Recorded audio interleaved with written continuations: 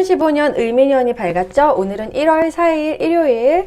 오늘도 공부하러 여러분들을 찾아온 최한나 쌤입니다. 자, 오늘은 진도를 저번 시간에 우리가 삼국의 전성기까지 진도를 나갔잖아요. 그래가지고 오늘은 그 삼국의 전성기 시절에 있었던 광개토 대왕 비문과 관련된 신민영 기사와 관련된 임나일본보설에 대해서 우리의 반론 이런 거 정리해보고요. 그리고 동북공정에 대해서도 우리 한번 공부를 해보고 동북공정의 반박이라던가, 그리고 저번 시간 진도에 이어서 진도는 이제 가야 연맹 부분하고 수당의 침입 그 정도까지만 하도록 할게요. 예, 그래서 진도 나가보도록 하겠습니다. 자, 그러면은 임나일본보설부터 해가지고 정리를 해볼게요. 자, 임나일본보설은 일단 광개토 대왕 비문에서 신묘년 기사만 문제가 됩니다. 요게 지금 제가 딱 정리를 해놨어요. 일부러 한문을 써놨거든요. 자, 보면 해석을 한다면 왜가 신묘년에 와서 왜 신묘년래? 자, 도해파 백잔 땡땡, 이거는 비문이 좀 훼손돼서 모르는 부분이고요. 땡땡땡라. 근데 아마 신라라고 지금 유축을 하고 있고요. 이위 신민. 요 한 구절 때문에, 요거를 해석하는 것 때문에 그렇게 일본하고 우리나라가 이렇게 서로 부딪히는 부분인데요. 자, 일본은 이거를 어떻게 해석해가지고 우리나라의 임나일본보를 지네가 만들었다고 생각하냐면, 임나일본보설의 그 임나 지역이라는 건 어느 위치냐면, 대가야 위치예요. 지금으로 보면은, 전라남도 순천 정도. 자, 지도를 그냥 조그맣게 이제 그려볼게요. 자, 여기서 봤을 때, 우리가 흔히 여기 백제가 있었고, 신라, 가야가 요쯤에 있었잖아요. 가야. 백제가 이제 한강유역을 차지했을 즈음, 요쯤에. 지금 제가 그린 지도는 이제 4세기 때라 살펴보면, 백제 근초고왕 때고, 이제 신라가 이제 4세기 후반 내무왕 때, 신라의 왜구가 쳐들어옵니다. 왜구가 쳐들어오니까, 이제 내무왕이 누구한테 도와달라고 하냐면, 4세기 후반의 고구려 왕이 누구예요? 그렇죠. 광개토 대왕에게. 왜구가 쳐들어오니 노객으로 하여금 이렇게 도움을 요청합니다. 이런 식으로 내무왕의 본인을 낮춰서 이제 광개토 대왕한테 도움을 요청을 한단 말이에요. 근데 이게 왜구가 쳐들어왔을 때 이거를 이제 막아넣은 그런 내용이 이제 광개토 대왕 비문에 써 있는 건데, 그런데 일본은 요 가야 위치에 자기네들이 임나일본부라는 이렇게 식민지 지배 기구를 만들어서 이때부터 이미 우리나라를 지배했다라는 걸 주장을 합니다. 이거를 이제 일본 애들이 강하게 주장하려는 이유가, 우리의 그런 식민사관이라고 들어보셨죠? 일본이 우리나라를 이제 일제 식민지 시절에 우리를 이제 식민지로 삼았을 때 너희들이 식민지가 될 수밖에 없었던 이유, 이런 식으로 우리나라 역사를 왜곡해서 식민사관적으로 막 주입식 교육을 시켰어요. 이미 원래 일선동조론, 우리와 너네들은 이미 조상이 같다라던가, 내선일체, 한 몸이다, 그러니까 너네들도 태평양 전쟁에 참여해서 충성을 다해라라던가, 이 임나일본보설도 역시 거기에 식민사관 중에 하나로 그때 막 강조를 시켰는데, 그럼 여기에 과연 가야 있던 위치에 임나일본부가 정말 있었느냐 하는 우리의 반박이 또 중요하겠죠? 자, 보시면 요거를 해석을 했을 때 일본 애들은 어떤 식으로 해석을 해서 우리나라의 이 가야 위치에 임나일본부를 설치했다고 주장을 하냐면, 그리고 요거 내용이 나와 있는 게 이제 일본서기에 요런 내용이 기록되어 있습니다. 근데 일본서기라는 이 책 자체가 약간 좀 신화적이에요. 그러니까 우리나라의 좀 신화적 성격이 강한 책입니다. 우리나라의 그런 삼국유사 같은 그러니까 그런 그 내용 자체가 사실이 아니라 약간 신화라던가 판타지적인 요소가 좀 강하다라는 거죠. 자, 그럼 여기서 해석을 한번 해봅시다. 왜가 신묘년에 왔을 때, 원래 신묘년에 왔더니 신묘년에 왔을 때 일본이 해석하는 식으로 해석을 해볼게요. 왜가 신묘년에 바다를 건너와서 백잔이 백제예요.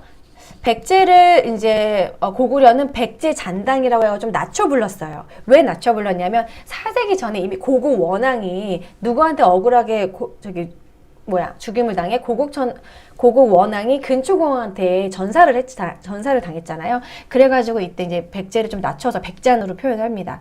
백제와 땡땡 신라. 그러니까는 우리는 가야라고 생각을 하는데 일본 애들은 여기 임나라고 이제 표현을 해요. 그러니까 일본식으로 해석을 한다면 외가 신묘년에 바다를 건너와서 백제와 임나와 신라를 신민으로 삼았다.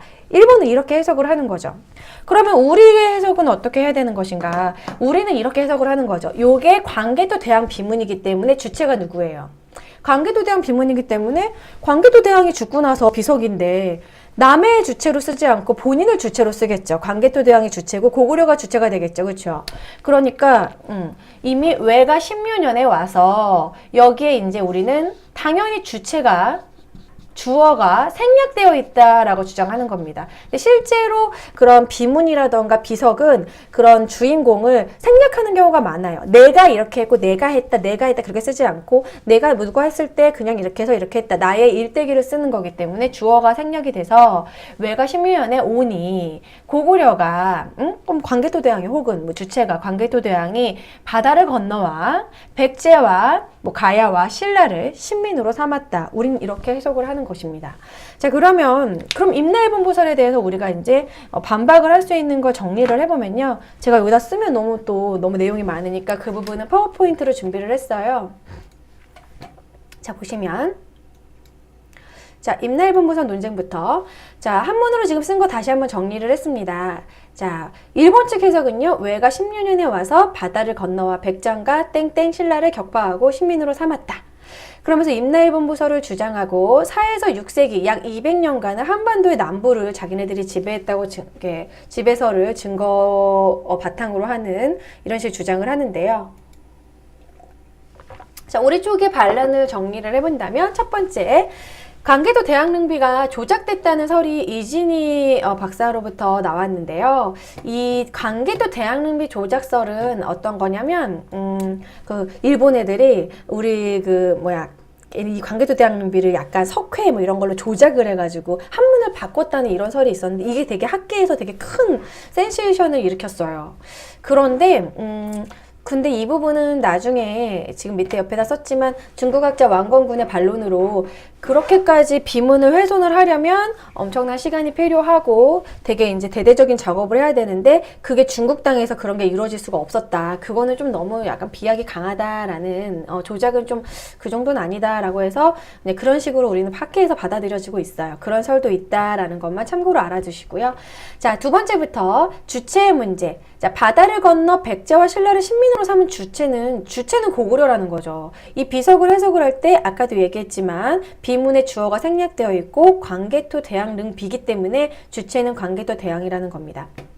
자, 그 다음에 세 번째, 이것도 되게 중요한 반박인데요. 이미 가야의 문물이 일본보다 앞서 있어요. 일본이 와서 가야한테 철기를 그러니까 일본이 와가지고 우리한테 철기 문화를 우리한테 갖다 준 게 아니라 가야가 이미 일본한테 이렇게 오히려 철기를 갖다 줬다는 거죠. 그러니까 그리고 중요한 게 이 가야에 있는 이 위치에 일본이 만약에 와가지고 임나일본부라는 걸 만들고 자기네들의 뭐 우수한 문화를 여기다가 전해줬다면 당연히 일본이 그 시기에 있는 그런 토기라던가 문화재가 여기에 발굴이 돼야 되는데 발굴이 하나도 되지 않았어요. 이게 가장 극단적인 증거가 되는 거죠. 그러니까 우리가 이런 고대사를 공부를 할 때 뭔가 이런 팩트, 뭔가 유물이라던가 그런 걸 가지고 말하게 해야 되는데 여기에 그런 일본의 유물들이 하나도 나오지 않고 있다라는 거. 자, 그리고 또 다른 반론 뭐가 있을까요? 저 살펴보도록 하겠습니다. 방금 말한 한반도 남부의 일본 양식의 고분이나 유물 같은 게 발굴이 되지 않았다는 거. 그리고 또 이건 또 웃겨요. 임나일본부라는 명칭에 사용된 일본이라는 명칭은요 7세기 후반에 등장합니다. 이게 얼마나 웃긴 행동입니까? 이것 때문에 일본도 딱히 이거는 할 말이 없는데 그렇다면 7세기 전에는 뭐라고 말했느냐? 야마토 정권이었어요. 그전에는 일본은 야마토란 명칭으로 사용을 했어요. 일본이라는 국호를 사용한 게 이미 7세기 이후인데 이 시기는 지금 4세기란 말이에요. 일본이라는 명칭 어디서 나온 거야? 그러니까 이 말은 즉 일본 서기에서, 일본 서기가 이제 7세기 이후에 나중에 만들어진 건데, 일본 서기에서 이미 이런 설 자체가 조작했다라는 거죠.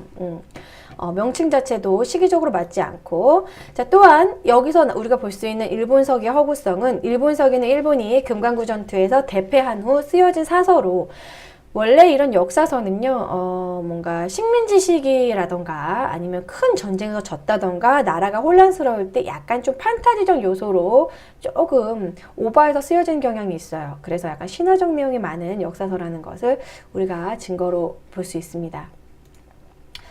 자, 그래서 우리의 결론은 임나일본부가 가야를 지배했던 식민지배 기구라고 볼 수 없고, 가야의 이런 철이라던가 선진 문물을 수입하기 위한 중개무역의 기구, 그냥 일종의 무역 대표부라고 볼 수 있다라는 거죠. 그리고 또한 2010년에 한일역사공동연구위원회에서 이 임나일본부라는 용어 자체를 폐기하기로 이미 한일 양국이 합의한 내용인데, 그런데도 불구하고 일본 애들은 여전히 우익 교과서 같은 데서 이런 임나일본부라는 설을 여전히 쓰고 있고, 뭐 외국에서 이제 일본과 우리나라 이렇게 공부를 할 때 임나일본부 설이 가끔 나오기도 해요. 이런 교과서 왜곡 같은 게 심각하기 때문에 우리가 이런 반박에 관련된 거는 좀 알아둬야 된다고 생각을 합니다.